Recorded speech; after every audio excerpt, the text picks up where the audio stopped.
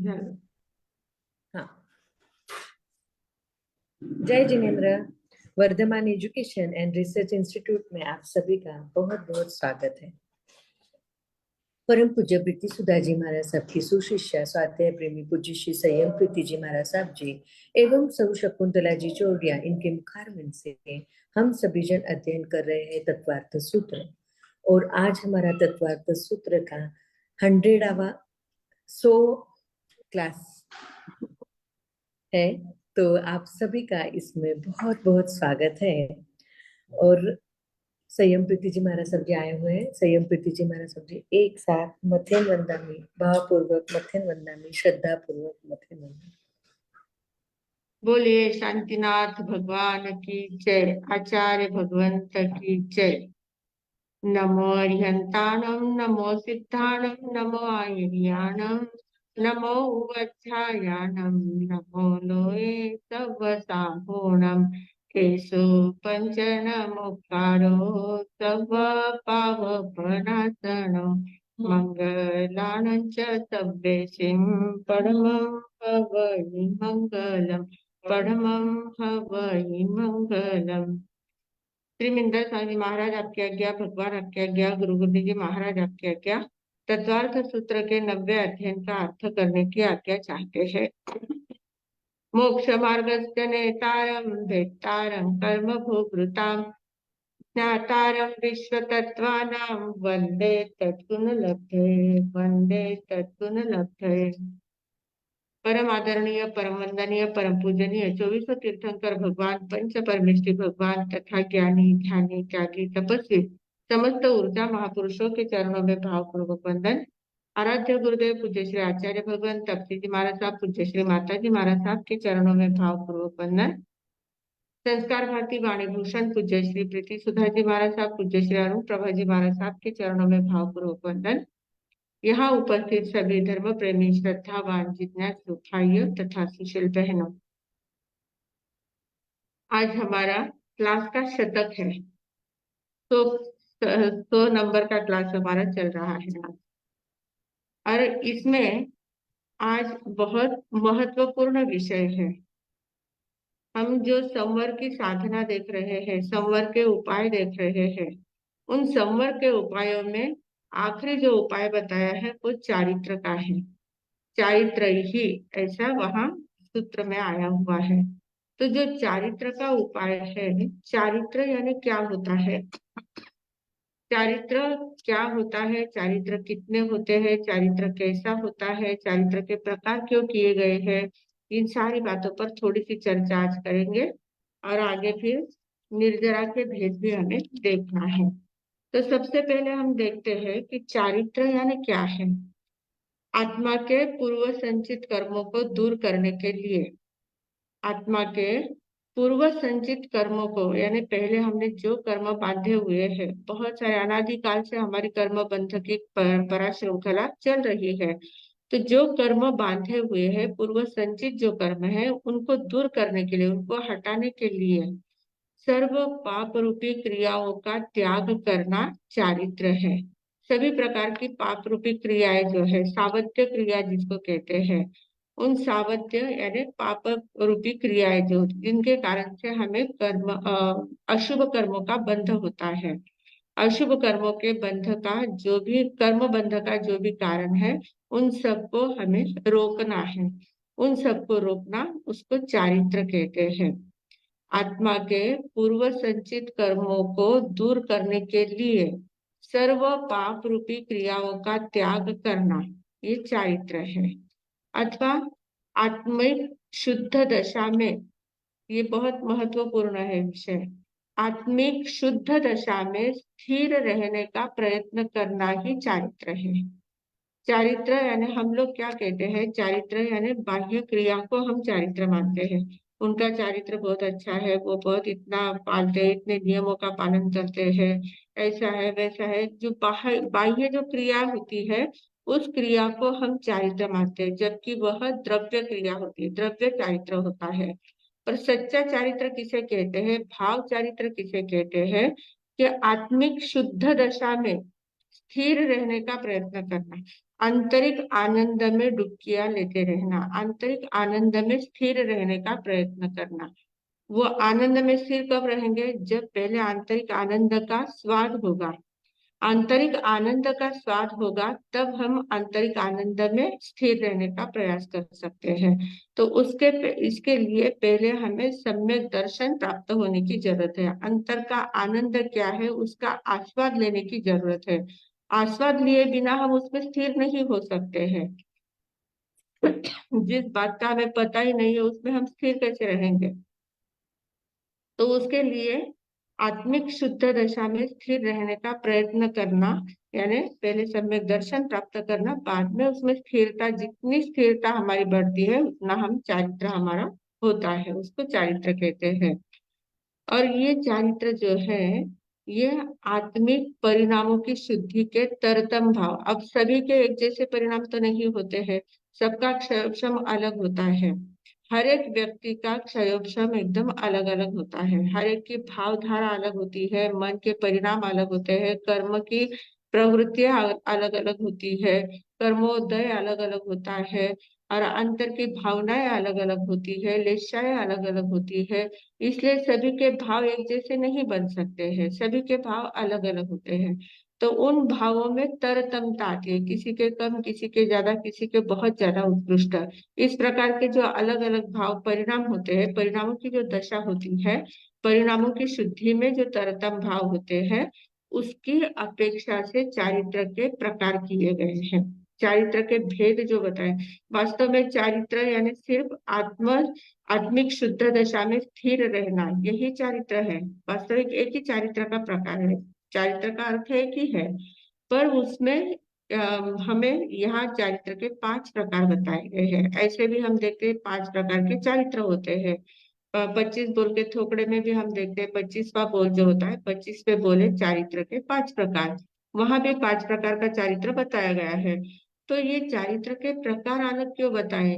तो इसके लिए बताए कि हर एक की भाव दशा अलग अलग होती है, तरतमता उसमें होती है, कम ज्यादापन उसमें होता है, और उस भाव दशा के अनुसार अनुरूप 5 प्रकार बताए गए हैं चारित्र के। तो ऐसे चारित्र के 5 प्रकार हैं। कौन से 5 प्रकार हैं? उसके लिए 18वां सूत्र है हमारा, तत्वार्थ सूत्र के 90 अध्ययन का 18वां सूत्र है, सामायिक छेदोपस्थाप्य परिहार विशुद्धि सूक्ष्म संपराय यथाख्यातानि चारित्रम। चारित्र का चारित्र का चारित्र के 5 प्रकार बताए गए हैं। 5 प्रकार से चारित्र बताए हैं।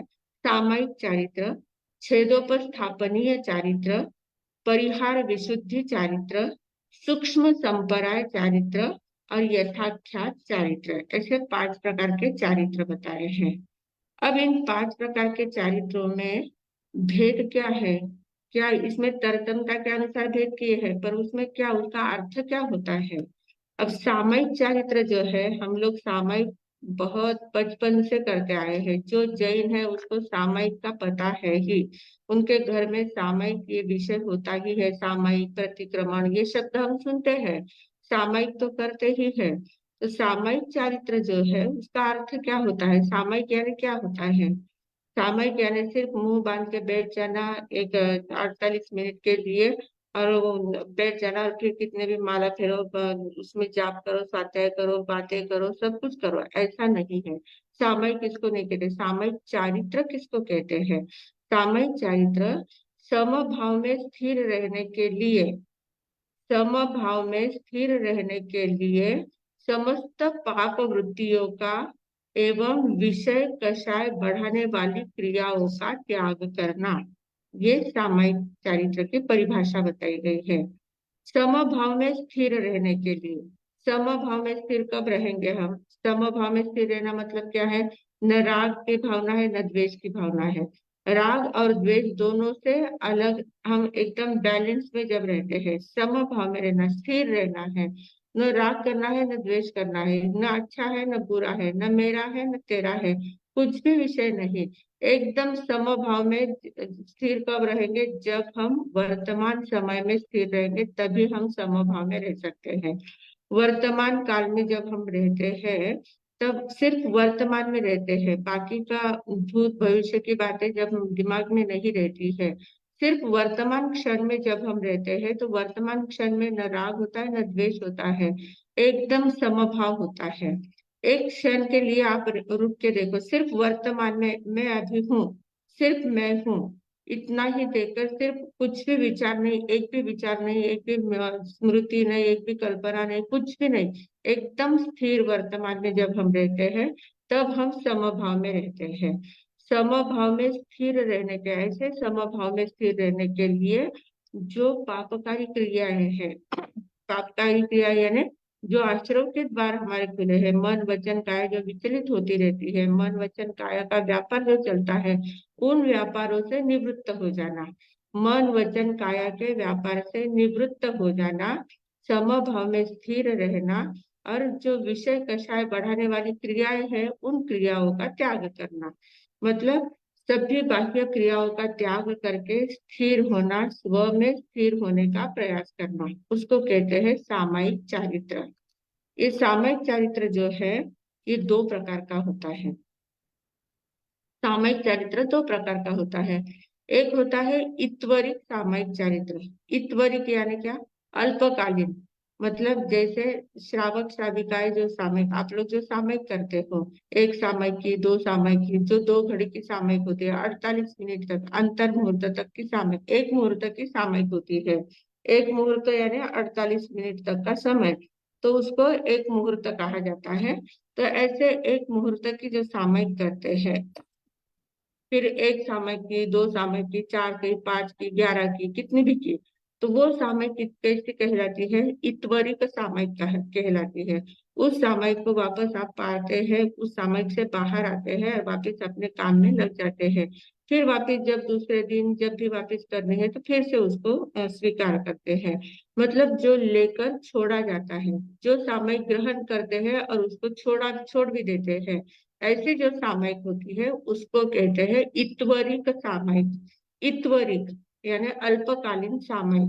जो गृहस्थ की होती है, श्रावक श्राविकाओं की जो सामयिक होती है, उसको इत्वरिक सामयिक कहते हैं।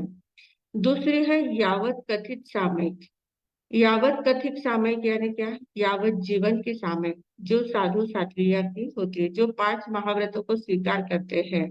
जब दीक्षा लेते हैं, तो दीक्षा लेते समय सामयिक करेमी भंते का जो पाठ पढ़ाया जाता है, उस पाठ में और आप लोग जो सामयिक लेते हैं, उस पाठ में थोड़ा सा अंतर आता है।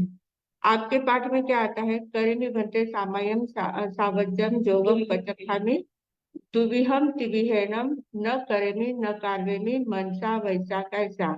कुछ समय के लिए रहते हैं, 2 सामयिक 3 सामयिक का मतलब वो समय होता है। तो इस प्रकार से मतलब आपकी धारणा के अनुसार आप एक सामयिक 2 सामयिक लेते, पर 2 करण 3 योग से लेते, करो नहीं कराओ नहीं, मनसा वैसा कैसा, ऐसी सामयिक आपकी ली जाती है। जबकि हमारी सामयिक जो होती है, साधु संतों की जो सामयिक होती है, या दीक्षा लेते समय जो सामयिक का पाठ पढ़ाया जाता है, वो होता है करेणी भंते सामयम सावज्जम जोगम पचखानी जावत जीवाय तिविहम तिविहेनम न करेमी न कार्वेमी करन तंपि अन्नम न समुज्जानामि मनसा वैसा कैसा 10 घंटे परिक्रमामि निंदानि गरिहानि अपाणम ओसिरामि। इस प्रकार यावत जीवन, हमारी यावत जीवन सामयिक होती है, और आप लोगों की धारणा के अनुसार एक सामयिक 1 मुहूर्त 2 मुहूर्त 4 मुहूर्त जैसे भी आपको लेना होता है, वैसी होती है। तो ये यावत जीवन सामयिक को यावत कथित सामयिक कहते हैं। अब ये क्या होता है? जब दीक्षा लेते समय जो सामयिक ली जाती है, उसको यावत जीवन सामयिक कहते हैं। पर 5वें मतलब भरत क्षेत्र में और ऐरावत क्षेत्र में जो साधु साध्वी दीक्षा लेते हैं, या पहले तीर्थंकर के समय और 24वें तीर्थंकर के समय जो सामयिक ली जाती है, तो वो सामयिक पहले मतलब दीक्षा लेते समय जो सामयिक ली जाती है उसको इत्वरिक सामयिक कहते हैं। और दीक्षा लेने के बाद 7वें दिन बड़ी दीक्षा होती है। एक दीक्षा का महोत्सव बड़ा होता है तब छोटी दीक्षा कहलाती है, जिसमें करमी बनते का पाठ पढ़ाया जाता है, उसको छोटी दीक्षा कहते हैं। और फिर बड़ी दीक्षा का जो प्रोग्राम होता है 7वें दिन होता है। 7वें दिन जब बड़ी दीक्षा होती है तब वो वापिस बड़ी सामयिक यावत जीवन सामयिक दी जाती है, वो यावत जीवन सामयिक होती है। पर बाकी के जो तीर्थंकरों के समय होती है वो दीक्षा लेते हैं उसी समय यावत जीवन की सामयिक होती है। ऐसे पाठ हमारा यावत जीवन सामयिक का ही पढ़ा जाता है, पर उसको इत्वरिक सामयिक कहते हैं। 7 दिन के अंतर का सामयिक का समय होता है वो, तो उसको इत्वरिक सामयिक कहते हैं। फिर दूसरा है छेदोपस्थापनीय चारित्र। छेदोपस्थापनीय चारित्र यानी क्या, जो बड़ी दीक्षा के दिन सामयिक दी जाती है। भरत और ऐरावत दो ही क्षेत्र में होता है ये बड़ी दीक्षा का कार्यक्रम। महाविद्य क्षेत्र में ऐसा नहीं होता है। महाविद्य क्षेत्र में डायरेक्ट यावत जीवन की सामयिक होती है, उनके यहाँ छेदोपस्थापनीय चारित्र नहीं होता है। वह सामयिक चारित्र और आगे वाले 3 ही चारित्र वहां होते हैं महाविद्य क्षेत्र में। एक सामयिक चारित्र होता है, एक सूक्ष्म संपराय चारित्र होता है और एक यथाख्यात चारित्र होता है। 2 चारित्र वहां पर नहीं होते हैं, छेदोपस्थापनीय चारित्र और परिहार विशुद्ध चारित्र, ये दोनों चारित्र वहां पर नहीं होते महाविद्य क्षेत्र में। ये भरत और ऐरावत 2 ही क्षेत्र में होते हैं। तो इसमें क्या है, छेदोपस्थापनीय का अर्थ क्या है, छेद और उपस्थापनीय 2 शब्द है। छेद करके उपस्थापन होना, मतलब जो बड़ी दीक्षा ली जाती है तो छोटी दीक्षा का छेद होता है, बड़ी दीक्षा में यावत जीवन की सामयिक दी जाती है, उसको छेदोपस्थापनीय कहते हैं। इसमें कोई दोष लगा हुआ नहीं है, अतिचार वगैरह नहीं है, इसको निरतिचार सामयिक कहते हैं। निरतिचार छेदोपस्थापनीय सामयिक होती है, ये बड़ी दीक्षा की सामयिक होती है। तो और दूसरी एक होती है छेदोपस्थापनीय चारित्र, जो साधु संत दीक्षा लेने के बाद उनका अगर किसी कारणवश मूल गुणों में महाव्रतों में कहीं दोष लग जाता है, कहीं बहुत बड़ी गलती उनके द्वारा हो जाती है, तो उस समय जो आचार्य होते हैं, गुरु होते हैं, जो बड़े होते हैं, वे उनको दीक्षा पर्याय का छेद करके वापिस दीक्षा में स्थिर करवाते हैं, वापिस वो विधि करवाते हैं। तो दीक्षा पर्याय का वहां पर छेद होता है। जैसे 12 वर्ष की दीक्षा हो गई है तो 12, तो उसमें 6 महीने का छेद कर देंगे, ज्यादातर 6 महीने का छेद कर देते हैं। दीक्षा पर्याय 12 वर्ष की है तो 11.5 वर्ष ही गिनी जाती है, 6 महीने का छेद वहां पर हो जाता है। तो ऐसा छेद करके वापिस उनको संयम में स्थिर करना, उसको कहते हैं छेदोपस्थापनीय चारित्र। तो ये छेदोपस्थापनीय चारित्र, ये जो होता है दीक्षा पर्याय कम करने के बाद जो दिया जाता है उसको छेदोपस्थापनीय चारित्र को सातिचार चारित्र कहते हैं। अतिचार सहित, क्योंकि उसमें दोष लगा है, दोष लगने के कारण से अतिचार सहित वो उसका पश्चाताप करके प्रायश्चित लेकर वापिस संयम में स्थिर होते हैं, तो उसको कहते हैं छेदोपस्थापनीय चारित्र। तो ऐसे 2 चारित्र देखे, पहला सामयिक चारित्र, दूसरा छेदोपस्थापनीय चारित्र। छेद करके वापिस उपस्थापनीय करना, मतलब वापिस स्थापित करना, उसको छेदोपस्थापनीय चारित्र कहते हैं। तीसरा है परिहार विशुद्ध चारित्र। परिहार विशुद्ध चारित्र ये एक विशेष प्रकार की साधना है, ये चारित्र की उत्कृष्ट साधना है। ये इस साधना में क्या होता है, ये साधना जिन्होंने पहले ये साधना की है, ऐसे तीर्थंकर है, गणधर है, बड़े आचार्य है, स्थविर है, ऐसे जो जिनकल्पी मुनिराज होते हैं, उन्हीं के सानिध्य में, उन्हीं के मुखारविंद से ये चारित्र प्राप्त किया जाता है। इस चारित्र की विधि कैसे होती है, परिहार विशुद्ध चारित्र जो है उसमें क्या होता है, 9 संत एक साथ ये चारित्र ग्रहण करते हैं। 9 संत चाहिए, 9 ही होते हैं वे। 9 संत एक साथ ये चारित्र ग्रहण करते हैं। उसमें क्या होता है, इनकी एकांत में जाकर वे साधना करते हैं। साधना कैसे करते हैं, उन 9 में से 4 संत जो होते हैं, एकांत में मतलब जंगल में जाके नहीं करते हैं, अपने स्थानक में समाज में ही रहकर करते हैं। पर वे अपनी साधना में ज्यादातर लीन रहते हैं, समाज के साथ उनका संपर्क ज्यादा नहीं आता है। तो उसमें क्या होता है, 4 संत जो होते हैं वे कंटिन्यू तपश्चर्या करते हैं। 6 महीने का पहला पीरियड उनका होता है, उस 6 महीने में 4 संत तपश्चर्या करते हैं, बहुत बड़ी बड़ी तपश्चर्या करते हैं। और दूसरे 4 संत जो होते हैं वे उनकी सेवा में रहते हैं। उन चारों संतों की सेवा में दूसरे 4 संत रहते हैं।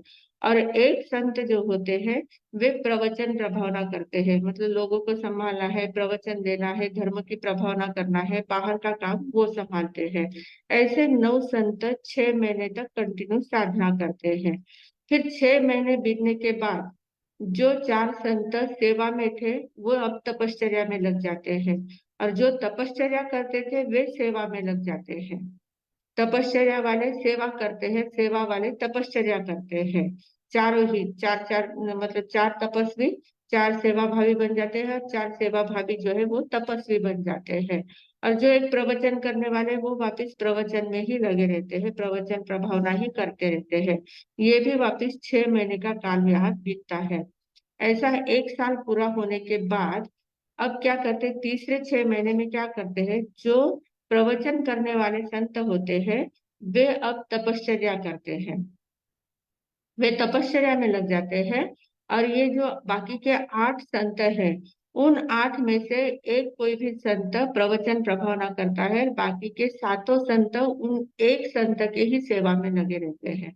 जो प्रवचन करने वाले संत हैं उनकी सेवा में, जो तपश्चर्या में लगे अभी, तपश्चर्या में जब लग जाते हैं तब वो 7 संत उनकी सेवा करते हैं, और उनमें से एक संत से प्रवचन प्रभावना वापस करने में लग जाते हैं। इस प्रकार ये 6 महीने तक इनकी भी तपश्चर्या चलती है। ऐसे 18 महीने की ये तपश्चर्या होती है। इस तपश्चर्या में वे लगातार ज्यादा से ज्यादा पारने के दिन भी आयम्बिल व्रत ही करते हैं, खुले मुंह पारना करते नहीं है, विगय का पारना करते नहीं है, आयम्बिल का ही पारना होता है। जो 6 महीने की तपश्चर्या करते हैं उनका पारना आयम्बिल का ही होता है। और जो सेवा में होते हैं वो भी खुले मुंह नहीं खाते हैं, उनकी भी तपस्या छोटी मोटी चलती रहती है। तो इस प्रकार की ये साधना होती है। फिर इसमें ध्यान, आतापना लेना है, ध्यान करना है, बाकी की जो भी क्रियाएं होती है, स्वाध्याय वगैरह, ये सारी क्रियाएं उनकी चलती रहती है। तो इस प्रकार की कठोर साधना परिहार विशुद्ध चारित्र कहलाती है। ये चारित्र 18 महीने पूरे होने के बाद वे वापिस संघ में भी जा सकते हैं, मतलब अपने जो बाकी का ग्रुप जो होता है उसमें भी वापिस वो चले जा सकते हैं, वापिस पूर्ववत अपनी साधना कर सकते हैं, या वो जिनकल्पी होकर जंगल में जाकर अपने अलग से साधना भी करते हैं। क्योंकि इतनी साधना करने के बाद आंतरिक शुद्धि बहुत ज्यादा बढ़ जाती है, तो वो जंगल में चले जाते हैं और जिनकल्पी संत बनकर अपनी साधना करने में लग जाते हैं। तो इस प्रकार ये उत्कृष्ट साधना होती है परिहार विशुद्ध चारित्र। फिर चौथा है, और ये परिहार विशुद्ध चारित्र भी सिर्फ भरत और ऐरावत क्षेत्र में ही होता है, महावीर क्षेत्र में ये चारित्र नहीं है। फिर है सूक्ष्म संपराय चारित्र, चौथा है सूक्ष्म संपराय चारित्र। इस सूक्ष्म संपराय चारित्र जो होता है, ये नाम ही इसका सूक्ष्म है। संपराय हमने देखा था, संपराय यानी कषाय। सूक्ष्म संपराय हमने नाम कहा सुना था, 10वां गुणस्थान, 10वें गुणस्थान का नाम सूक्ष्म संपराय है। सूक्ष्म मतलब एकदम थोड़ी सी कषाय जहां पर बाकी रह गई है, संज्वलन का लोभ सिर्फ बाकी रह गया है, ऐसी अवस्था में जो उनकी मन स्थिति होती है, जो भावधारा होती है, उस भावधारा को सूक्ष्म संपराय चारित्र कहा गया है। मतलब 10वें गुणस्थान में रहने वाले जो संत होते हैं, 10वें गुणस्थान की अवस्था में जो संत होते हैं, उनका चारित्र सूक्ष्म संपराय चारित्र कहलाता है। और ये चारित्र कितना होता है, सिर्फ अंतर मुहूर्त का होता है, क्योंकि 10वें गुणस्थान में सिर्फ अंतर मुहूर्त तक ही रहते हैं। फिर 10वें गुणस्थान से तुरंत या उपशम श्रेणी वाले होंगे वो 11वें गुणस्थान में चले जाएंगे, शपथ श्रेणी वाले होते हैं वो 12वें गुणस्थान में चले जाते हैं। वहां ज्यादा देर तक टिकते नहीं हैं, पर जितनी देर तक टिकते हैं उतनी देर तक उनका जो चारित्र होता है वो चारित्र सूक्ष्म संपराय चारित्र कहलाता है। तो सूक्ष्म संपराय चारित्र 10वें गुणस्थान वर्ती जीवों का होता है, सिर्फ अंतर मुहूर्त का वो होता है। सबसे कम समय का चारित्र कौन सा है, सूक्ष्म संपराय चारित्र, सबसे कम समय वाला चारित्र। फिर आगे है पांचवा यथाख्यात चारित्र। यथाख्यात चारित्र, इसका अर्थ क्या है कि यथा आख्यात, जैसा कहा गया है, जैसे चारित्र की परिभाषा की गई है, जो हमने ऊपर पहले देखा था कि आत्मिक शुद्ध दशा में स्थिर रहने का प्रयास करना, मतलब स्थिर रहना, आत्मिक शुद्ध दशा में स्थिर रहना।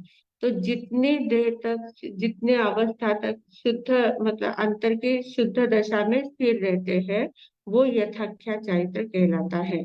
मतलब वहां पर मोहनीय कर्म पूरी तरह से क्षय हो जाता है। मोहनीय कर्म का क्षय होना या उपशम होना है। मोहनीय कर्म की जो प्रकृतियां है उनका क्षय हो जाता है या उपशम हो जाता है, पूरी तरह से दबी रहती है। उस समय की जो भावधारा रहती है उनका चारित्र यथाख्यात चारित्र कहलाता है। तो ये यथाख्यात चारित्र 11वें गुणस्थान से लेकर 14वें गुणस्थान तक होता है। 11वें गुणस्थान वालों का जो यथाख्यात चारित्र होता है वो औपशमिक यथाख्यात चारित्र होता है। उपशम हुआ है ना उनका, मोहनीय कर्म का उन्होंने उपशम किया हुआ है, इसलिए उनका औपशमिक यथाख्यात चारित्र होता है। और बाकी जो 10वें, 12वें, 13वें, 14वें गुणस्थान वालों का है वो क्षायिक यथाख्यात चारित्र, मतलब उनका पूर्णतः यथाख्यात चारित्र होता है। तो 11वें गुणस्थान वालों का भी अंतर मुहूर्त का ही समय होता है, उतनी ही समय तक वो 11वें गुणस्थान में रहते हैं और फिर वहां से वापिस उनके कर्मों का उदय हो जाता है। क्योंकि दबाई हुई प्रकृतियां होती है तो ज्यादा देर तक दबी नहीं रहती है, वो तुरंत वापिस उदय में आ जाती है। तो इसलिए वापिस वे नीचे गिर जाते हैं, उनकी अवस्था वापिस नीचे उतर जाती है। और नीचे उतरते उतरते बीच में संभल गए, 7वें गुणस्थान में, चौथे गुणस्थान में संभल गए तो ठीक है, नहीं तो फिर पहले गुणस्थान तक भी वो जा सकते हैं। तो ऐसा यथाख्यात चारित्र जो है, यथाख्यात चारित्र का अर्थ क्या है? मोहनीय कर्म सर्वथा क्षीण हो जाना। मोहनीय कर्म का उदय बिल्कुल भी नहीं है, पूर्णतः क्षय हो जाता है। उस समय जो चारित्र की स्थिति होती है, जब अवस्था अंतर की अवस्था होती है, उसको कहते हैं यथाख्यात चारित्र। इस प्रकार हमने देखे संवर के 57 भेद हुए। पांचों चारित्र देख ले, सामयिक चारित्र, छेदोपस्थापनीय चारित्र, परिहार विशुद्ध चारित्र, सूक्ष्म संपराय चारित्र और यथाख्यात चारित्र, पांचों प्रकार के चारित्र हमने देख लिए हैं। तो ये चारित्र 5 प्रकार के होते हैं और चारित्र की परिभाषा यानी आत्मरमणता, एक छोटे एक ही शब्द में अगर परिभाषा करनी है सम्यक चारित्र किसको कहते हैं, तो स्वरूप रमणता या आत्मरमणता जितनी देर तक रहती है उसी को सम्यक चारित्र कहा जाता है। आत्मरमणता ही सम्यक चारित्र है, मतलब आत्मिक भाव दशा में स्थिर रहना, उसको कहते हैं सम्यक चारित्र। तो इस प्रकार चारित्र के 5 प्रकार देखे हैं। तो ऐसे यहाँ पर हमारे संवर के 57 भेद पूरे हो चुके हैं। संवर के 57 भेद कौन से थे? समिति के 5 प्रकार, 5 प्रकार की समिति, विद्या समिति, भाषा समिति, ऐष्णा समिति, आयन भंडवत निक्षेपणा समिति और उच्चार पासन खेल जल सिंहान परिठावनीय समिति, 5 प्रकार की समिति देखी। फिर 3 गुप्ती देखी, मन गुप्ती, वचन गुप्ती और काया गुप्ती। फिर 10 प्रकार के यति धर्म देखे, खंती, मुक्ति, मध्यव्यय, अजव्यय, सत्य, संयम, शौच आदि, ये 10 प्रकार के यति धर्म देखे। फिर 12 प्रकार की भावनाएं देखी, अनित्य भावना, शरण भावना, एकत्व भावना, अन्यत्व भावना, संसार भावना, ये सारी प्रकार की 12 प्रकार की भावनाएं देखी। और फिर परिशह देखे, 22 परिशह देखे, सुधा, तृषा वगैरह, पिपासा वगैरह, ये जो भी परिशह देखे, 22 प्रकार के परिशह देखे। और 5 प्रकार के चारित्र देखे, सामयिक, छेदोपस्थापनीय, परिहार विशुद्ध, सूक्ष्म संप्राय और यथाख्यात, ऐसे कुल मिलाकर 57 भेद हुए हैं। ये 57 भेद किसके हैं? संवर के हैं। इनके कारण से सिर्फ संवर होता है, इनके कारण से आते हुए कर्म रुकते हैं। जब ही हम इसमें प्रवृत्ति करते हैं, जब इनका बराबर व्यवस्थित रूप से आचरण करते हैं, तो मन वचन काया हमारी स्थिर होती है और आते हुए कर्म हमारे रुक जाते हैं, उसको संवर कहते हैं। अब संवर के बाद ये जो 9वां अध्ययन है इसमें संवर और निर्जरा दोनों तत्वों की बात बताई है। तो संवर तत्व की बात हमने 57 भेदों में देख ली है। आगे है निर्जरा के प्रकार। निर्जरा का दूसरा सूत्र हमने देखा था, तवसा निर्जराच, तपसा निर्जराच, ऐसा एक सूत्र देखा था। तीसरा या चौथा सूत्र था तपसा निर्जराच, तपश्चर्या से निर्जरा होती है। अब निर्जरा यानी क्या? निर्जरा यानी कर्मों का क्षय होना। संवर यानी आते हुए कर्म रुक जाना। जो कर्मों का आश्रय चल रहा है, जो कर्म कंटिन्यू आ रहे हैं, उनको रोकने का काम संवर करता है। और रोकने के बाद अंदर में रहे हुए जो कर्म है, पूर्व संचित जो कर्म है, उन कर्मों को क्षय करना। उन कर्मों को क्षय करना, उनकी निर्जरा करना, उसको निर्जरा कहते हैं। उनको बाहर निकालना, जो कर्म आत्मा के साथ चिपके हुए हैं उनको बाहर निकालना, उसको कहते हैं निर्जरा। तो ये निर्जरा जो होती है ये तपश्चर्या से होती है। तपश्चर्या से ये निर्जरा होती है। तो तपश्चर्या का मुख्य फल क्या है? कर्मों का क्षय होना, ये मुख्य फल होता है। और हम ऐसे भी देखते हैं कि चार गति में जाने के जो कारण होते हैं, उसमें देव गति में जाने का जो कारण होता है, उसमें तपश्चर्या एक कारण आता है। बाल तपस्वी और अकाम निर्जरा करने वाला वगैरह, ये भेद उसमें आते हैं। तो बाल तपस्वी वहां शब्द आता है। तप करने से हमें देव गति की भी प्राप्ति होती है, ऐसा कहा जाता है। तो तपश्चर्या करने का मुख्य लक्ष्य हमारा कर्मोक्षय होना है। कर्म की निर्जरा होना ये मुख्य लक्ष्य है, मुख्य फल उसका ये है। और गौण फल है देवगति वगैरह शुभ गति की प्राप्ति होना, ये गौण फल है। मतलब जैसे खेती में बीज बोया जाता है, किसान जब खेती में बीज बोता है तो उसका लक्ष्य क्या होता है? मुख्य कि वो बीज जब अंकुरित पुष्पित होगा, पल्लवित होगा, फलित होगा, तो उसमें से कुछ अनाज की प्राप्ति होगी। अनाज प्राप्त करना, अनाज प्राप्त करने के हिसाब से वो बीज बोता है। तो ये उसका मुख्य फल हो गया, अनाज की प्राप्ति। अब गौण फल क्या हो गया? उसमें घास फूस आना है, बाकी की जो भी बातें आती है। सिर्फ अनाज ही नहीं आता, अनाज के साथ कितना चारा आता है, घास आता है, जो भी बातें आती है, तो वो गौण फल कहलाता है। वो गौण, उसके लिए प्रयास नहीं करना पड़ता, वो अनायास आ जाता है। तब फल के साथ वो अपने आप आ जाता है। पेड़ जब लगाते हैं तो पेड़ में पत्ते टहनियां वगैरह सब अपने आप आ जाती है। मुख्य लक्ष्य है फल प्राप्त करना। आम का फल प्राप्त करना ये मुख्य लक्ष्य है। पर बाकी के जो पत्ते हैं, टहनियां है, लकड़ियां है, बाकी जो जो भी बातें होती है वो गौण होती है। तो उसी प्रकार तपश्चर्या का मुख्य फल क्या है? कर्मों क्षय होना, कर्मों की निर्जरा करना, ये मुख्य फल है। बाकी गौण फल क्या है? कि शुभ कर्मों का बंध होता है, देवगति की प्राप्ति होती है, सभी रूप मिलता है, तपश्चर्या करने से रूप मिलता है। हमारे यहाँ जो बातें बताई गई है, दान देने से अगले भाव में धन मिलता है, सेवा करने से बल मिलता है, तप करने से रूप मिलता है, और शील पालने से इज्जत मिलती है, ऐसा कहा जाता है। तो ये चार बातें बताई गई है।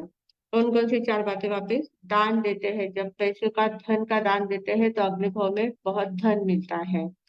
तपश्चर्या करते हैं तो रूप मिलता है, तप करते हैं तो रूप मिलता है। फिर सेवा करते हैं, सेवा करते हैं तो उसके कारण से बल मिलता है। और शील का पालन करते हैं तो इज्जत मिलती है, प्रतिष्ठा मिलती है, ऐसा कहा गया है। तो ये तपश्चर्या का मुख्य लक्ष्य क्या है? कर्मों की निर्जरा करना। मतलब कर्मक्षय और तपश्चर्या से आत्म विशुद्धि होती है और आत्मोन्नति होती है। उसका उद्देश्य तीन होते हैं। तपश्चर्या के मुख्य उद्देश्य तीन होते हैं। एक तो कर्मोक्षय करना, दूसरे आत्म विशुद्धि करना, और तीसरे आत्मोन्नति करना, आत्मा की उन्नति करना, मतलब ऊर्ध्व गमन की ओर आत्मा को सन्मार्ग में लगाना, ये तपश्चर्या का उद्देश्य है। अब ऐसे तपश्चर्या के 12 भेद बताए गए हैं। तपश्चर्या के 12 भेद बताए हैं। उसमें हमारा 19वां जो सूत्र है, 19वें सूत्र में बाह्य तप के भेद बताए हैं। तपश्चर्या के 12 भेद है, उसमें 6 भेद आभ्यंतर है, 6 भेद बाह्य तप के हैं। उसमें दो प्रकार है, आभ्यंतर तप और बाह्य तप। बाह्य तप किसको कहते हैं? जिस तप में शारीरिक क्रिया की प्रधानता होती है, जिस तप में शारीरिक क्रिया की प्रधानता होती है, जो बाह्य द्रव्यों के आलंबन से होता है, बाहर के द्रव्यों के आलंबन से जो होता है, दूसरों को वो तब दिखाई देता है। हम तपश्चर्या करते हैं तो लोगों को ध्यान में आता है कि ये तपश्चर्या कर रहे हैं, तपस्वी है। तो तपश्चर्या दूसरों को दिखाई देती है और आभ्यंतर तप को पुष्टि देने वाला होता है। बाह्य तप जो होता है उसमें चार बातें होती है। पहली तो शारीरिक क्रिया की उसमें प्रधानता होती है। दूसरा, बाह्य द्रव्यों का आलंबन लेता है। तीसरी बात, दूसरों को वो तब दिखता है। और चौथी बात आती है कि वो अभ्यंतर तत्व की पुष्टि करता है, अभ्यंतर तत्व को पोषित करने का काम करता है, पुश करने का काम करता है। तो उसको बाह्य तत्व कहा जाता है। तो ऐसे ये जो बाह्य तत्व है वो 6 प्रकार के बताए हैं। 6 प्रकार के बाह्य तत्व है जो 19वें सूत्र में बताए हैं। उसमें कहा है, अनशनाव मौदर्य वृत्ति परिसंख्यान रस परित्याग विविक्त शय्यासन काय क्लेशा बाह्यम तपः। बाह्य तप 6 प्रकार के बताए गए हैं। तो उसमें है अनशन। अनशन बताए, इसमें शब्द थोड़े से अलग अलग प्रकार के बताए हैं। अव अवमौदर्य, अवमौदर्य का अर्थ होता है ऊणोदरी, जिसको हम ऊणोदरी तक कहते हैं। तो ऊणोदरी। फिर वृत्ति परिसंख्यान, वृत्ति परिसंख्यान का अर्थ होता है वृत्ति संक्षेप अथवा भिक्षाचरी।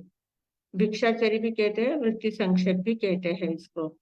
चौथा है रस परित्याग। रस परित्याग, ये शब्द हमें पता है। पांचवा है विविक्त शय्यासन। विविक्त शय्यासन यानी प्रतिसल्लीनता, जिसको हम कहते हैं प्रतिसल्लीनता। और है कायाक्लेश छठा। तो ये 6 प्रकार के बाह्य तप कहे गए हैं। 6 प्रकार के ये बाह्य तप कहे गए हैं। तो ये 6 प्रकार के बाह्य तप, इनका अर्थ क्या होता है? पहली बात है अनशन। अनशन का अर्थ क्या होता है कि मर्यादित समय के लिए या आजीवन के लिए आहार का त्याग करना। अनशन का अर्थ क्या होता है? अनशन व्रत ग्रहण करते हैं, जिसको हम उपवास भी कहते हैं। उपवास यानी चौविहार का उपवास। उपवास का अर्थ वास्तव में चौविहार उपवास ही होता है। हम लोग तिविहार करते हैं, पर वो तिविहार उपवास नहीं होता है, उपवास चौविहार का ही होता है। उपवास में असनम पाणम खादिम स्वादिम 4 प्रकार के आहार का त्याग होता है। 4 प्रकार के आहार का त्याग किया जाता है, उसको कहते हैं अनशन। यह अनशन आजीवन के लिए भी किया जाता है और मर्यादित समय के लिए भी किया जाता है। हम एक दिन का उपवास करते हैं, तेला करते हैं, 8 करते हैं, 15 करते हैं, मास क्रमण करते हैं, 2 मास क्रमण करते हैं, बहुत सारे जितनी जिसकी क्षमता होती है वैसे वैसे आगे बढ़ते जाते हैं। तो ये इसको कहते हैं नियत समय के लिए, मतलब मर्यादित समय के लिए किया गया ये उपवास होता है, इसको अनशन कहते हैं। और एक होता है आजीवन अनशन लेना। आजीवन अनशन यानी क्या? संथारा ग्रहण करना, उसको संथारा कहते हैं। आजीवन अनशन जो लिया जाता है उसको संथारा ग्रहण किया जाता है, कहा जाता है। तो ये 2 प्रकार के अनशन तप होते हैं। अब इन अनशन तपों में 4 प्रकार के आहार का तो त्याग होता ही है। असनम यानी अन्न, जो अनाज हम जो खाते हैं उसको असनम कहते हैं। पानम यानी पानी आदि जो भी लिक्विड लेते हैं उसको पानम कहते हैं। खादिम यानी जो स्वाद युक्त, मतलब जो मिठाई आदि जो होती है, मिठाई मिठाई ड्राई फ्रूट आदि जो भी होता है उसको स्वाद खादिम कहते हैं। और स्वादिम यानी जो हम मुखवास लेते हैं, जैसे सोप सुपारी वगैरह जो भी खाते हैं, मुखवास उसको कहते हैं। तो ये स्वादिम इसको कहते हैं। तो ये 4 प्रकार का आहार जो होता है, इन 4 प्रकार के आहार का जब त्याग किया जाता है तब अनशन तप होता है। अब सिर्फ 4 प्रकार के आहार का त्याग करना, ये बात तो बराबर है, और इसमें इसके साथ क्या है? तपश्चर्या का लक्ष्य हमारा क्या है? कर्मों की निर्जरा करना है। तो सिर्फ 4 प्रकार के आहार का त्याग करने से कर्मों की निर्जरा नहीं होती है। 4 प्रकार का आहार आहार त्याग कर दिया है। उपवास हमारी बहनें बहुत बार क्या करते हैं, भाई लोग हैं, बहनें हैं, उपवास कर लेते हैं। उपवास करने के बाद दिन भर घर का काम निकालते हैं, टाइम पास नहीं होता है ना, खाने पीने में टाइम बहुत ज्यादा है, पर उपवास करने के बाद टाइम पास नहीं होता है, तो फिर कुछ नया नया काम निकालते हैं, कुछ काम में अपना मन अटकाते हैं। भाई लोग होते हैं वो दिन भर अपने बिजनेस में चले जाते हैं, दुकान पर जाना है या ऑफिस में जाना है, जहाँ भी जाना है वो काम दिन भर करते रहते हैं। तो इसमें क्या होता है, सिर्फ आपने चारों प्रकार के आहार का त्याग किया है, चारों प्रकार के आहार का त्याग हो जाता है, संवर हो जाता है इससे, पर निर्जरा नहीं होती है। निर्जरा कब होगी, जब हम शरीर के साथ साथ आत्म शुद्धि का भी लक्ष्य रखेंगे। उपवास शब्द है, उपवास शब्द है, जो अनशन शब्द है ना, अनशन मतलब किसी प्रकार का आहार नहीं लेना, वो अनशन है, पर उसका दूसरा नाम है उपवास। उपवास यानी क्या, उप यानी हमारी ओर, पास में, आत्मा के पास में वास करना मतलब रहना, आत्मा के पास रहना। हम लोग कहते हैं ना उपनगर, उपनगर कहते हैं, मतलब नगर के बाजू में जो दूसरा नगर होता है उसको उपनगर कहते हैं। वैसे आत्मा के पास रहना, उपवास, अपने पास वास करना है, अपने नजदीक में वास करना है, उसको उपवास कहते हैं। मतलब उपवास करने के बाद हमारी सभी प्रकार की इंद्रियां जो होती है, उन इंद्रियों को बाहर में हमें नहीं ज्यादा जाने देना है, उन इंद्रियों के विषयों को कम करना है और स्थिर बैठना है, शांत रहना है, अपने पास रहना है। जितनी देर तक हम अपने पास रहते हैं, अपने में स्थिर रहते हैं, वो उपवास कहलाता है, वो कर्मों की निर्जरा वाला उपवास कहता है, वो तपश्चर्या है। नहीं तो सिर्फ हमारे संवर हो सकता है, चारों प्रकार के आहार का त्याग करना मतलब संवर होता है। दूसरा है उणोदरी। उणोदरी का अर्थ क्या होता है, हम कहते हैं उणोदरी करना मतलब जितनी भूख लगी है उतनी भूख से थोड़ा कम खाना। जैसे 2 रोटी की भूख है तो 1.5 रोटी खाना या 1 रोटी खाना, आधी रोटी की भूख रख ऐसे ही रखना, उसको कहते हैं उणोदरी। ऐसा ये उणोदरी कॉमनली हमारा ये विषय होता है कि जितने पदार्थ हमारे थाली में आते हैं, उसमें से कुछ पदार्थों को कम कर देना, ये भी एक पूर्णोदरी होती है। कुछ पदार्थ नहीं खाना, किन्हीं पदार्थों का त्याग कर देना, ये भी एक पूर्णोदरी होती है। पर दूसरी पूर्णोदरी और क्या कही है, आहार की तो पूर्णोदरी हो जाती है, हमारे आहार की पूर्णोदरी कर लेते हैं, पर यहाँ कहा है कि आहार के समान ही कषाय की भी पूर्णोदरी करना आना चाहिए, वस्त्र आदि जो भी चीजें हैं उनकी भी पूर्णोदरी करना आना चाहिए, फिर योग की चंचलता की भी उणोदरी करना आना चाहिए। इन तीनों की एक साथ उणोदरी, मतलब 4 प्रकार की उणोदरी होती है। एक आहार की उणोदरी होती है, आहार कम खाना, भूख से कम खाना, उसको आहार की उणोदरी कहा जाता है। दूसरा कषाय की उणोदरी। कषाय की उणोदरी यानी क्या होता है, हमें बहुत गुस्सा आ जाता है, गुस्सा आने के बाद एक बार हमारा पट्टा शुरू हो जाता है बोलने का, तो कोई सामने व्यक्ति है हमारा और उसके उसके ऊपर गुस्सा आया है तो उसको डांटने लग जाते हैं, डांटने हैं, मारना है, जो भी करने लग जाते हैं। तो वो करते समय हम कंट्रोल नहीं कर पाते हैं, इतना ज्यादा गुस्सा रहता है, उस गुस्से में हम इतना ज्यादा बोलते, क्या क्या बोलते कुछ समझ में नहीं आता है, इतना ज्यादा बोलने लग जाते हैं। तो उस समय अरुणोदय करना है, थोड़ा सा डांट दिया ना तो तुरंत वहां रोक लगा लेना है कि नहीं, मुझे अरुणोदय करना है, गुस्से की अरुणोदय करना है, कषाय की अरुणोदय करना है, इतना डांट दिया ना बस हो गया, अब इसके आगे मुझे डांटना नहीं है। तो वहां आप कंट्रोल करेंगे तो ये बहुत बड़ी तपश्चर्या होगी, अरुणोदय का बहुत बड़ा तप होगा, क्योंकि उस समय आप कब कंट्रोल करेंगे, जब आप जागरूक रहेंगे। गुस्सा कर रहे हैं पर गुस्से में भी जागृति अगर आप में रही तो ही आप कंट्रोल कर सकते हैं, उसमें जागृति रहती नहीं है, हम एक बार गुस्से में हो तो बेकाबू हो जाते हैं, हमारा अपने ऊपर ही काबू नहीं रहता है, हम बेकाबू हो जाते हैं। पर जब हम जागरूक रहते हैं उस समय अगर हमें जाग आ जाती है, जागरूक हो जाते हैं कि नहीं मुझे गुस्सा नहीं करना, उणोदरी करनी है, गुस्से की उणोदरी करनी है, तो तुरंत वहां पर रोक लगा देना है। तो ये गुस्से कषाय की उणोदरी हो गई। अहंकार बहुत आता है तो अहंकार की भी उणोदरी करना है, कि बहुत ज्यादा इतना बताने की कोई जरूरत नहीं, इतना अहंकार करने की जरूरत नहीं है, थोड़ा बहुत अकड़ बता दी बात ठीक है, बाकी छोड़ देना है, वापिस नम्र बन जाना है। माया की उणोदरी है, लोभ की उणोदरी है, ऐसे हर एक प्रकार की गुणोदरी हम कर सकते हैं। लोभ में बहुत कितनी भी इच्छाएं हमारी ज्यादा बढ़ती ही रहती है, कितनी भी चीजें मिली तो हमें वो कम ही लगती रहती है। तो वहां थोड़ी बहुत चीजें मिल गई, जैसा मन जैसा थोड़ा बहुत हो गया तो बाकी आगे का छोड़ देना है, वहां भी गुणोदरी करना है, कंट्रोल करना है। तो ये कषाय की गुणोदरी हो गई। फिर है वस्त्र आदि जो चीजें हैं हमारे पास, हमारी आवश्यकता बहुत कम होती है। शारीरिक आवश्यकता बहुत कम होती है, मानसिक आवश्यकता बहुत ज्यादा होती है।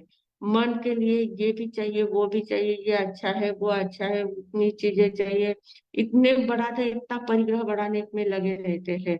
तो उस समय हमें कंट्रोल करना है कि मुझे 4 साड़ियाँ मिल रही है, 4 साड़ियाँ मैं ले सकती हूँ, पर मुझे 4 नहीं लेना है, मुझे 2 ही साड़ियाँ लेना है, 2 साड़ी की गुणोत्तरी करूंगी। अभी इस समय जो भी प्राप्त हो रहा है उसमें मुझे इतनी चीजों की आवश्यकता नहीं है, मुझे जितना आवश्यक है उतना रखूंगी, बाकी की गुणोत्तरी करना है, बाकी मुझे नहीं लेना है। नहीं तो हमारी बहनें एक साड़ी खरीदने के लिए दुकान में जाती है और 10 साड़ियां खरीद के लेके आ जाती है। तो ये बहुत ज्यादा अति हो जाता है, अति परिग्रह की संज्ञा हमारी काम करती है। तो वहां उल्टा 10 साड़ियां लेनी थी, वहां 5 साड़ी लेके ही आना है, 10 नहीं लेना है, वहां उणोदरी करना है। जहां ले सकते हैं पर फिर भी नहीं लेना है, उसको उणोदरी तब कहा जाता है। तो ऐसे चीजों की भी उणोदरी हम कर सकते हैं। फिर योग की चंचलता की उणोदरी। योग की चंचलता जो होती है, मन वचन काया में जो जो चंचलता रहती है, मन कभी कभी हम बैठते ही इतने ज्यादा विचारों में मग्न हो जाते हैं, इतने विचार चालू हो जाते हैं कि हमें ध्यान में नहीं आता कि हम कहाँ से कहाँ पहुंच जाते हैं। तो जब विचार की श्रृंखला हमारे अंदर में चालू हो जाती है तो उसी समय हमें जागरूक होके वहाँ कंट्रोल कर लेना है कि नहीं, मुझे मन के विचार की गुणोदरी करना है, इतने विचार नहीं करना है, इतना ही करना है, बस इतना हो गया जितना बस है, आगे भी करना है, इसके आगे विचार नहीं करना है, तुरंत विषय चेंज कर लेना है। तो इस प्रकार विचारों की गुणोत्तरी करना है। बोलने की गुणोत्तरी करना है, बहुत बोलने की इच्छा हो रही है, बहुत ज्यादा करना बोलना है, बहुत ज्यादा बोलना है, तो बोलने की जब बहुत ज्यादा इच्छा हो जाती है, बड़बड़ बड़बड़ करने की इच्छा होती है, उस समय कंट्रोल कर लेना, नहीं इतना मैं बोल रही हूँ, अब बस अब इसके आगे नहीं बोलना है। इस प्रकार उसमें भी गुणोत्तरी कर सकते हैं। शरीर से बहुत ज्यादा हलन चलन कर लिया, इतना काम कर लिया, ये कर लिया, वो कर लिया, शरीर से बहुत ज्यादा हलन चलन हो गया, अब बस अब मुझे थोड़ी सी गुणोत्तरी करना है। अब इतना काम पड़ा है, मैं कर सकती हूँ पर फिर भी मैं नहीं करूंगी, फिर भी मैं स्थिर हो जाऊंगी, थोड़ी देर के लिए मुझे स्थिर होना है। तो इस प्रकार हर बातों में हम गुणोत्तरी कर सकते हैं। तो ये गुणोत्तरी कब होगी? जब हम जागरूक रहेंगे तब। जागरूकता पूर्वक जब हम गुणोत्तरी करते हैं तो वो तब कहलाता है, उससे हमारे कर्मों की निर्जरा हो जाती है, बहुत सारे कर्म वहां से फटाफट निकल जाते हैं। तो इस प्रकार गुणोत्तरी तब किया जाता है। अरे बाप रे, टाइम तो बहुत हो गया अपना।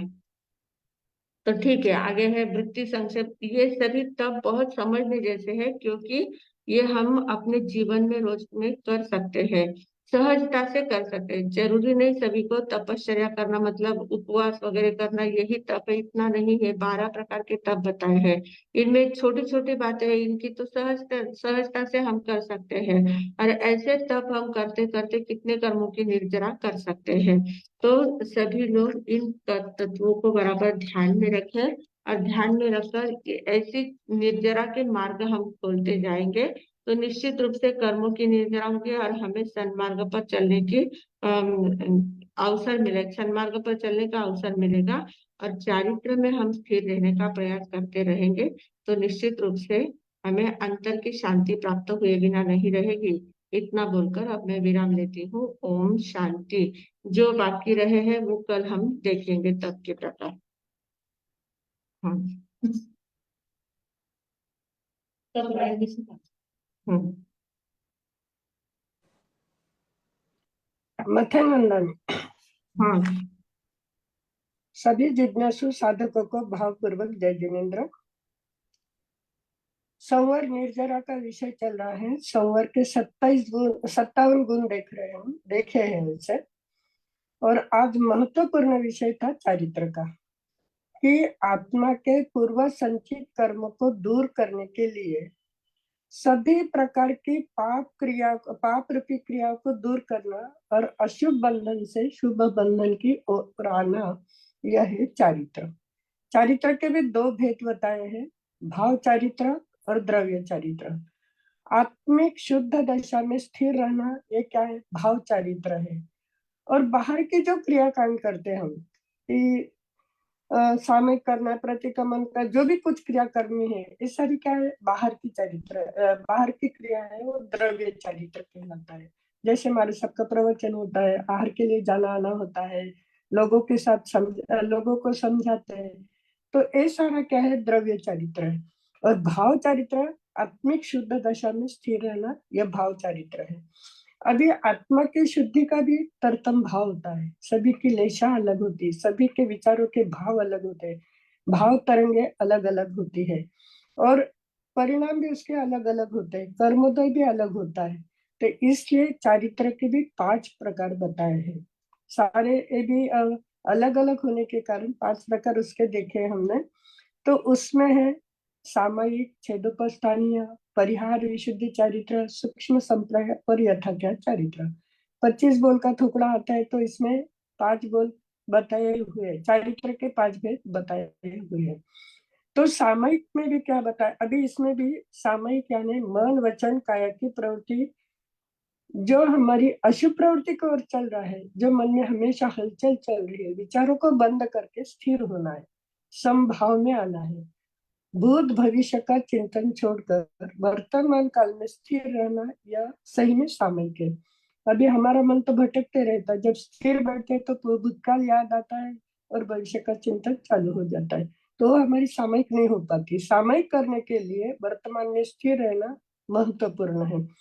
अभी हमारा भाई क्या है? सामयिक चारित्र कहा गया है ना, तो हमारा चारित्र कौन सा होता है? इत्वरित चारित्र, अल्प समय के लिए, यानी मर्यादा है, 1 मुहूर्त, 2 मुहूर्त, यानी 1 सामयिक, 2 सामयिक, 10, 11, लेकिन लेकर हम छोड़ते हैं। वो आज कर लिए, फिर वापस छोड़ देते, फिर कल वापस करेंगे। लेकिन यावतकालिक सामयिक जो कही जाती है साधु संतों की, जो दीक्षा देते हैं उस दिन, और उसमें महत्वपूर्ण शब्द ये है, इनकी दीक्षा, साधु संतों की जो दीक्षा होती है जावत जीवाय तक होती है, और हमारी होती है जाव नियम, कि मर्यादित समय के लिए हम ग्रहण करते हैं।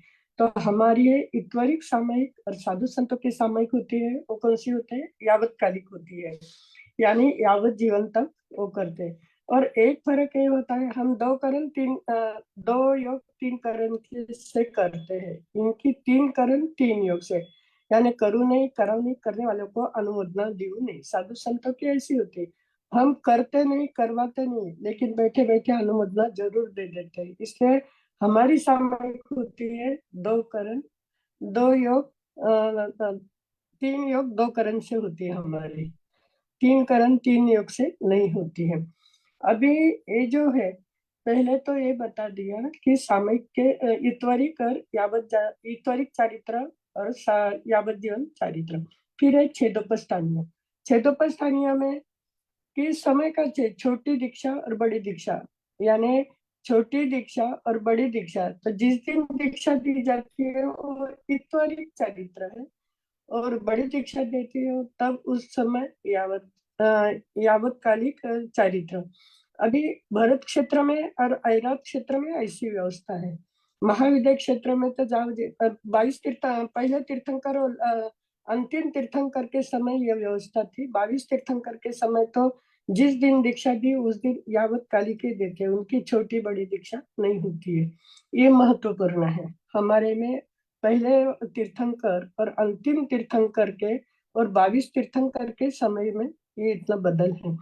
फिर उसके आगे बताया है छोटी दीक्षा, यानी वो इत्वरिक चारित्र हो गया, और बड़ी दीक्षा देते हैं उस दिन यावतकालिक चारित्र हो गया।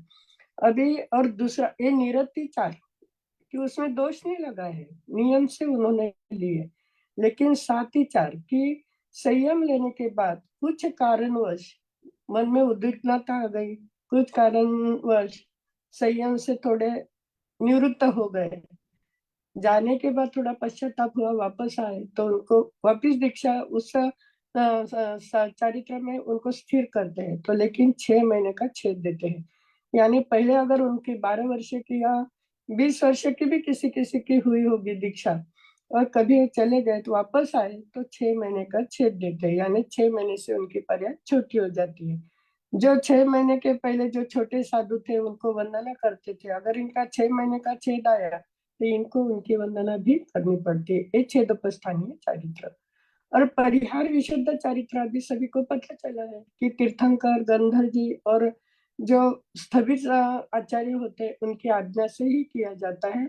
यह सिर्फ भरत क्षेत्र और अयोध्या क्षेत्र में होता है परिहार विशुद्ध चारित्र, कि 9 संत एक साथ दीक्षा ले लेते हैं और 20 साल के बाद फिर 4 संत तपश्चर्या करते हैं, 4 संत सेवा करते हैं और एक संत प्रवचन प्रवचन करते हैं। फिर जो 6 महीने के बाद जो तपश्चर्या करने वाले थे वो सेवा करते हैं, सेवा करने वाले तपश्चर्या करते हैं और प्रवचन देने वाले प्रवचन ही देते हैं। फिर 12 महीने के बाद जो प्रवचन देते थे वो तपश्चर्या करते हैं, 8 में से एक प्रवचन करते हैं और 7 उनकी सेवा में लगते हैं। ऐसी निरंतर उनकी तपश्चर्या चलती है और तपश्चर्या में वो आयम्बिल का पालना करते हैं। और जो अन्य साधु भी रहते हैं तो खुले मुंह से नहीं रहते, कुछ ना कुछ तपस्या छोटी मोटी उनकी चलती रहती है। इस चारित्र के कारण परिहार विशुद्ध सबसे श्रेष्ठ चारित्र क्यों बताया है कि इतनी 18 महीने की साधना करते हैं कि सारी बातों से एकांत में उनकी साधना चलती है और आत्मा की विशुद्धि बढ़ती है, आत्मा की उन्नति होती है और आगे चलकर उनके मन में जिन कल्पी साधु भी वो बन जाते हैं। तो यह परिहार विशुद्ध चारित्र की विशेषता है। फिर सूक्ष्म संप्रदाय चारित्र जो बताया कि संज्वलन लोग, यानी उनका कैसा रहता है कि छोटी थोड़ी सी कसर बाकी है, संज्वलन लोग बाकी है। 10वें गुणस्थान में ये चारित्र होता है और अंतर मुहूर्त का ही होता है, क्योंकि तुरंत उनके भाव अगर बढ़ गए तो आगे 11वें से 12वें तक पहुंच जाते हैं। लेकिन 11वें गुणस्थान में बढ़ने के बाद भी गिरने की संभावना होती है, क्योंकि औपशामिक है, क्षय तो उनका क्षय नहीं हुआ है, तो 12 वहां से गिरने की संभावना होती है। लेकिन फिर भी इतनी उच्चतम साधना करने वाले आगे बढ़ते हैं और 12वें 13वें 14 स्थान में गुण स्थान में जब पहुंचते हैं तो यथा क्या चारित्र ही होता है। सूक्ष्म संप्रदाय चारित्र 10वें गुण स्थान में होता है और यथा क्या चारित्र 12, 13, 14 गुण स्थान में होता है। अभी जो ये हमने आज 4-5 चारित्र के बारे में देखा। सम्यक चारित्र, सम्यक चारित्र का अर्थ यह है कि आत्म स्वरूप में रमना, आत्म रमनता, उसको ही क्या कहते हैं, सम्यक चारित्र कहते हैं। अभी ये सारे मिलाकर संवर के हमने 57 गुण देखे। कौन से? 5 समिति, 3 गुप्ती, 10 प्रकार का धर्म, 12 प्रकार के अनुप्रेक्षा, 22 परिचय और आज 5 प्रकार के चारित्र, ऐसे कुल मिलाकर 57 भेद हो गए। और आज हमारा जो शुरू हुआ है तपश्चर्या के बारे में, कि तपश्चर्या करने से ही कर्म की निर्जरा होती है। अगर तपस्या नहीं की तो संवर होता है, तो संवर क्या करता है, आने वाले कर्मों को रोकता है, आश्रयों को रोकने का काम संवर करता है। लेकिन जो पूर्व संचित कर्म हमारे इकट्ठा हुए, अगर उसको क्षय करना है तो क्षय करने के लिए तप ही करना पड़ता है। और तप के भी कितने प्रकार बताए? 12 प्रकार बताए। तप के प्रकार से तो सारे परिचित है, लेकिन आज वो उनोदरी के बारे में बताया है। तप के अनशन तप के बारे में बताया कि हम लोग 3 आहार का उपवास करते हैं। अभी एक है अभ्यंतर और एक बाह्य तप। बाह्य तप की विशेषता क्या होती है कि शारीरिक प्रधानता होती है। दूसरा क्या है कि जो हम करते हैं वो सभी को दिखता है। तीसरी बात क्या है कि बाह्य आलंबन, हम उसमें बाह्य आलंबन लेना पड़ता है। और चौथी बात क्या बताई थी वर्षा?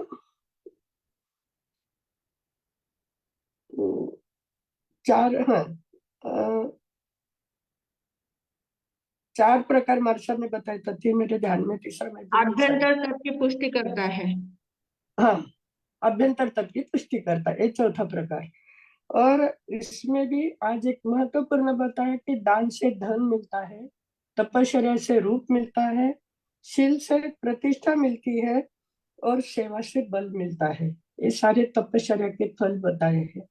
और तपस्या के जो 12 भेद बताए उसमें अनशन, उनोदरी, आज देखिए हमने उन अनशन यानी 3 प्रकार के अथवा 4 प्रकार के, यानी अनशन यानी उपवास, फिर बेला है तेला, अठई मास मन वगैरह, और दूसरा होता है यावत जीवन तक, उसको संथरा कहते हैं। तो ये सारी बातें आप लोग भी सभी को मालूम है। लेकिन आज जो उनोदरी का बताया, तो उनोदरी जो 4 प्रकार की होती है, एक कषाय, आवश्यकता से, उनोदरी का अर्थ क्या है? आवश्यकता से कम उपयोग करना है। फिर कषाय की उनोदरी होती है, वज्र यानी वस्तुओं की उनोदरी करनी है। और जागृति रही तो हमारी क्या होती है? अभी गुस्सा करते हैं, कषाय तो हर बात में आती है, अहंकार आ जाता है, गुस्सा आ जाता है, किसने प्रशंसा कर ली तो फिर तो यही भी मुझे में कितनी विशेषता, इसकी भी जानकारी हो जाती है। तो जहां जहां पर ऐसे भाव होते हैं उसको क्या करना है? कम करना है।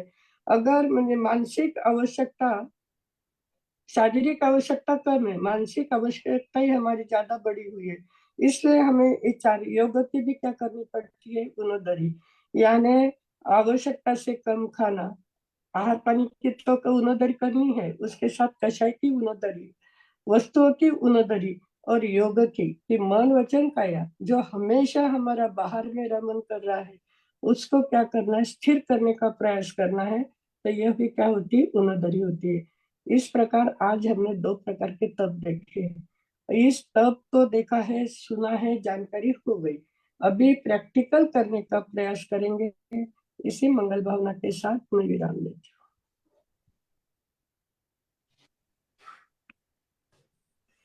हाँ मंजू जी आपका अनम्यूट किया है। मथेन वंदाई हमारा साहब। हाँ जो परिहार विशुद्धि चारित्र बताया ना, तो वो मतलब साधु भगवंती कर सकते, साध्वी जी भी कर सकते हैं? साध्वी जी नहीं करते, साधु भगवंती करते हैं।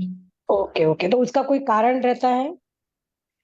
अब वो क्या इतना कठोर तप होता है ना, तो साध्वी जी के काफी रिस्ट्रिक्शन होते हैं, वो नहीं कर ओके पाते हैं इतना। ओके आ, ओके। हाँ, वो शारीरिक क्षमता भी होती है, बाकी के शरीर की अवस्था भी अलग अलग प्रकार की होती है, वो नहीं कर पाते हैं। तो साध्वी ओके, जी करते हैं साध्वी परिहार। जी नहीं कर पाते, और ये भरत और एरावत दोनों क्षेत्र में ही होते हैं, पर अभी हाँ 5 बारे में अभी नहीं है परिहार विशुद्धि नहीं, चारित्र। अभी नहीं, अभी नहीं। ओके। वो जो हाँ तपस्या करते हैं 4 संत, तो वो हाँ। मतलब नॉर्मल तपस्या रहती है या बड़ी बड़ी तपस्या रहती है? अब वो उनके तपस्या उनका वो विधान होता है, पूरी विधि होती है कितनी अलग अलग तपस्या। विधि से, हाँ हाँ हाँ। वो ओके, बहुत बहुत सुंदर बरसात, बहुत सुंदर। मथेन वंदा में। हाँ जी हाँ जी, पचकान पचपन लेना है। 55 ओम शांती शांती शांती, हात जोडून नौकारशी पोरशी देड पोरशी आपापल्या धारणेप्रमाणे उपेक्षित पचकान असनम पाणम ठायमम सायमम अनर्थना भोगेनम सहसा गरणम सव समाहिवत्ती आगरणम ओसिरे ओसिरे ओसिरे। कल का बेअसना अगर किसी का है तो हाथ जोड़ ले। ओम शांति शांति शांति उगवसरे बेअसणारा दोटक उपरांत दिवस नातीने रत्नाचं विहार पचखान अनर्थना भोगेनम सहसा गारणम सव समाही वत्ती गारणम ओसिरे ओसिरे ओसिरे। कल का एकासना अगर है किसी का तो हाथ जोड़ ले। ओम शांति शांति शांति उगवसरे एकासनारा एकटक उपरांत दिवस नातीने रत्नाचं विहार पचखान अनर्थना भोगिनम सहस्रागरणम सव समाही वत्यागरणम ओसिरे ओसिरे ओसिरे। तपश्चर्या करने वालों को धन्यवाद। मंगल पाठ। ओम शांति शांति शांति, गुरुदेव की आज्ञा से चत्तारी मंगलम अरिहंता मंगलम सिद्धा मंगलम साहु मंगलम केवली पंडित धम्म मंगलम। चत्तारी लघुत्तमा अरिहंता लघुत्तमा सिद्धा लघुत्तमा साहु लघुत्तमा केवली पंडित धम्मो लघुत्तमो। चत्तारी शरणं पवज्जामि अरिहन्ते शरणं पवज्जामि सिद्धे शरणं पवज्जामि साहु शरणं पवज्जामि केवली पंडितम धम्मम शरणं पवज्जामि। 4 मंगल, 4 उत्तम, 4 शरणा, दुख हरणा, सुख करना, और शरणा को जो भवि प्राणी आदरे तो अक्षय अमर पत्नी। बोले भगवान महावीर स्वामी की जय, आचार्य भगवंत की जय, पूज्य श्री माता जी महाराज साहब की जय, संस्कार भारती वाणी भूषण पूज्य श्री प्रीति सुधा जी महाराज साहब की जय, सब साधु संतन की जय, आज के आनंद की जय। परम पूज्य संयम प्रीति जी महाराज साहब जी को बहुत बहुत धन्यवाद। आभार आभार आभार। अब हम मिलते हैं कल रात बराबर 8:30 बजे। सभी को शुभ रात्रि।